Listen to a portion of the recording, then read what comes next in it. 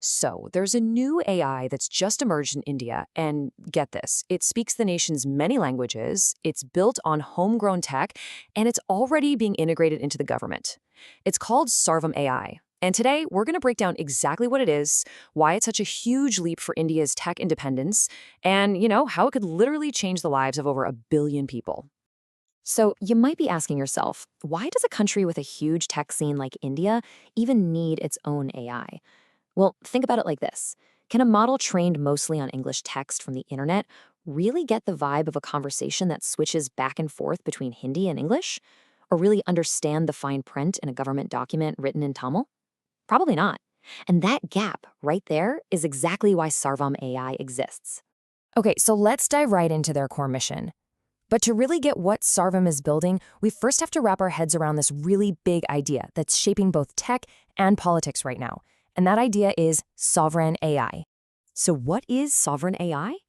At its heart, it's really all about technological self-reliance.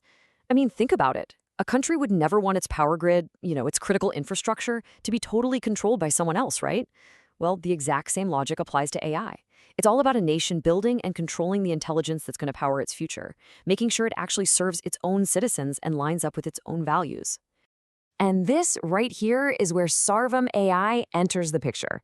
They just launched last year, but this team isn't just another AI startup. Nope. It's made up of engineers who have really deep, firsthand experience with India's unique digital world. And their mission? It's totally laser-focused. Build AI models from the ground up that can think, speak, and understand within the context of India's incredibly diverse languages and culture. Okay, so that's the mission, but how does it actually translate into reality? I mean, this isn't just some idea on a whiteboard. Let's take a look at the real products they've already built and, honestly, the incredible speed they're moving at. Yeah, their progress has been, well, astonishingly fast. I mean, the company was only founded in 2023. By the end of that same year, they were already showing off their foundation models. Then, boom, early 2024, they launched a chat app for everyone, and they announced partnerships with state governments. Think about that pace. From just an idea to deployment in the public sector in less than a year, that's almost unheard of. And make no mistake, they are building at a massive scale. Their biggest model has over 100 billion parameters. Now, in the world of AI, that number, that makes it a serious heavyweight. It puts them right up there in the same league as the major global models. This is a huge signal that this isn't some small niche project. No, this is a full-scale effort to build truly competitive, world-class AI infrastructure right there in India. So their first big product out there for the public is called Indus. It's a chat assistant you can get on the web or on your phone. But here's the thing. It's not just another chatbot. The real key is that it's built to seamlessly understand and talk back in multiple Indian languages. This could potentially unlock the power of AI for hundreds of millions of people who, don't primarily use English.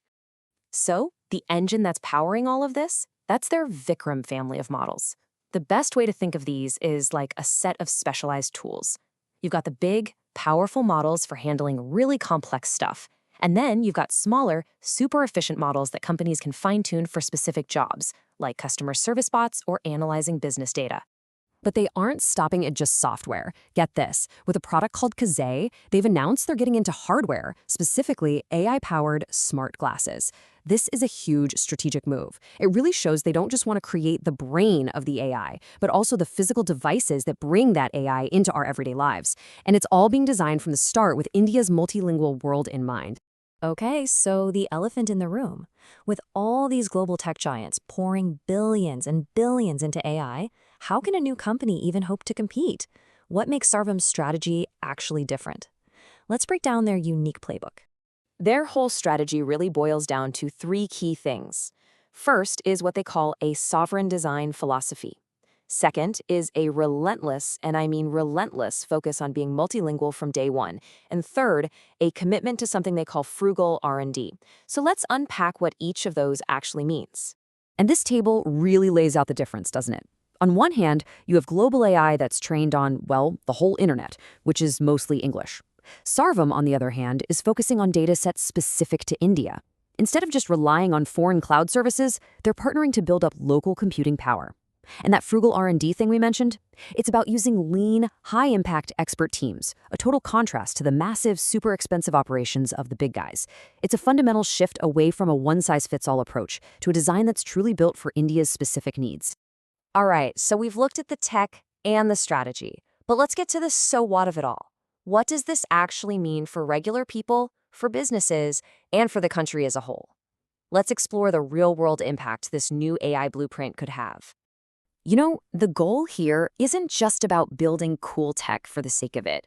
The whole strategy is designed to create a ripple effect, something that touches every part of Indian society. And as you can see, the idea is for the benefits to flow directly to citizens, to businesses, and to the government itself.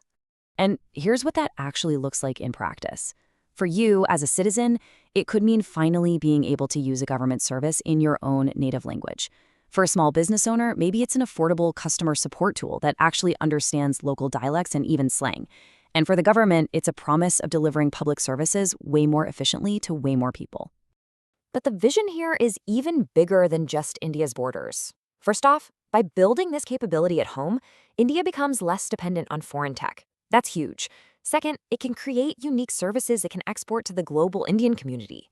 And maybe the most important piece of all, it creates a powerful blueprint that other nations can look at and say, hey, we can do that too. They can follow it to build their own sovereign AI.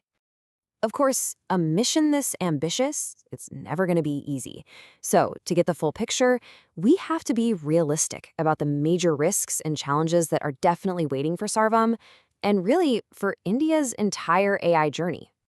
And these hurdles are no joke. Just finding enough high-quality data that truly represents all the diversity in India, that's a monumental challenge in itself.